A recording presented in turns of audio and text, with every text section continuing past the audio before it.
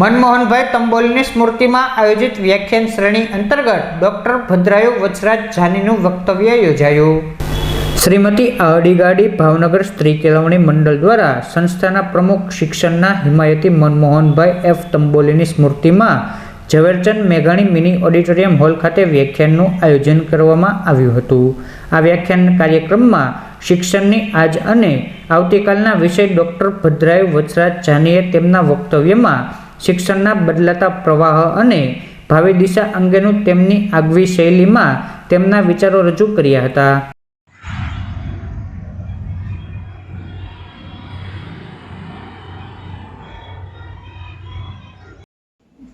એને બહાર કોઈ કહેશે તને આટલી ખબર છે તો ખબર નથી, પણ મારા પપ્પા કહી દેશે આ સધિયારો છે.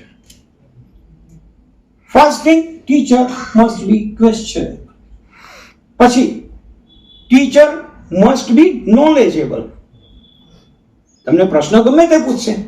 સાહેબ, એક સમય હતો કે તમે અંગ્રેજીના પ્રોફેસર હતા, તમે ગુજરાતીના પ્રોફેસર હતા, તમે ઇકોનોમિક્સના પ્રોફેસર હતા.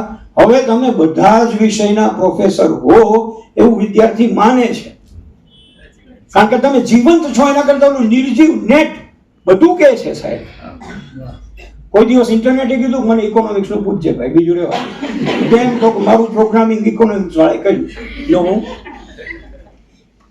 તમે જરાક મોડર્ન ટૂલમાં જજો સાહેબ, એઆઈમાં ઉપર હજી લખો ને ત્યાં તો નીચે જવાબ શરૂ થાય છે અને તમારો પ્રશ્ન પૂરો થાય તો તૈયાર થઈ ગયો. હવે તમે મને કહો સાહેબ, આટલી ઝડપથી કાંઈ માથાકૂટ કર્યા વગર કોઈ જવાબ આપે તો એ સ્વીકારે કે આપણી માથાકૂટ સ્વીકારે? સીધી જ વાત છે, બહુ સીધી વાત. એટલે મેં કીધું 2030માં હોસ્પિટલ માટે મકાનની તૈયારી રાખવી. Teacher must B questionable. If he is questionable, he should be knowledgeable. અને ત્રીજું, if he is knowledgeable, he must be comfortable. Gujarati સાહિત્યની અંદર ધુરંધરો છે, પણ એ ધુરંધરો કોલેજમાં આવીને કેટલાને કવિતા કરતા શીખવાય મને કહો.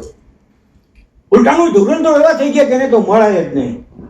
ગુજરાતીના અધ્યાપકો દૂરથી જોવે. જો ઓલા ભાઈ છે ને રઘુવીરભાઈ, રઘુવીરભાઈ, વાહ વાહ, રઘુવીરભાઈ પલાઠી મારીને બેસે 8 જણાને કવિતા કે સાહિત્ય શીખવે. તેનો સમય આવવો જોઈએ.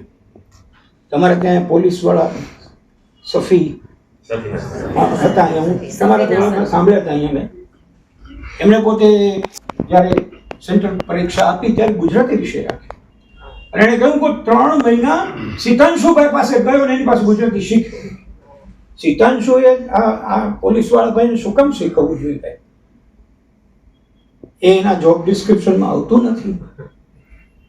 એટલા માટે મેં કીધું યુ મસ્ટ બી કમ્ફર્ટેબલ. જ્ઞાની લોકો કમ્ફર્ટેબલ નથી હોતા. અત્યારે મને સમય નથી, તો 2 દિવસ પછી મને મળ. તમે નાનકડું આટલું વાક્ય બોલે ને એટલે એના લિસ્ટમાંથી તમારું નામ ગયું. યાદ રાખવા જેવા સેન્સિટિવ છે. એને તમારે ભેગા લઈને ચાલતા ચાલતા કહેવું પડે, દોસ્ત શું પ્રશ્ન છે બોલ. પ્રશ્ન બહુ સરસ છે, લંબાણથી વાત કરવી પડે. ટૂંકે વાત કહીશું તને મજા નહીં આવે. તારી પાસે સમય છે? એને પૂછો, તારી પાસે સમય છે? હા સર. મને કહેજે તું ફ્રી હો ત્યારે કે હું આવીશ. આપણે મારી પાસે સમય નથી. હા, તને ખબર છે હું કેટલો બિઝી છું. પેલો મનમાં બોલે ગમે જોઈ છે બાપુ તમે શું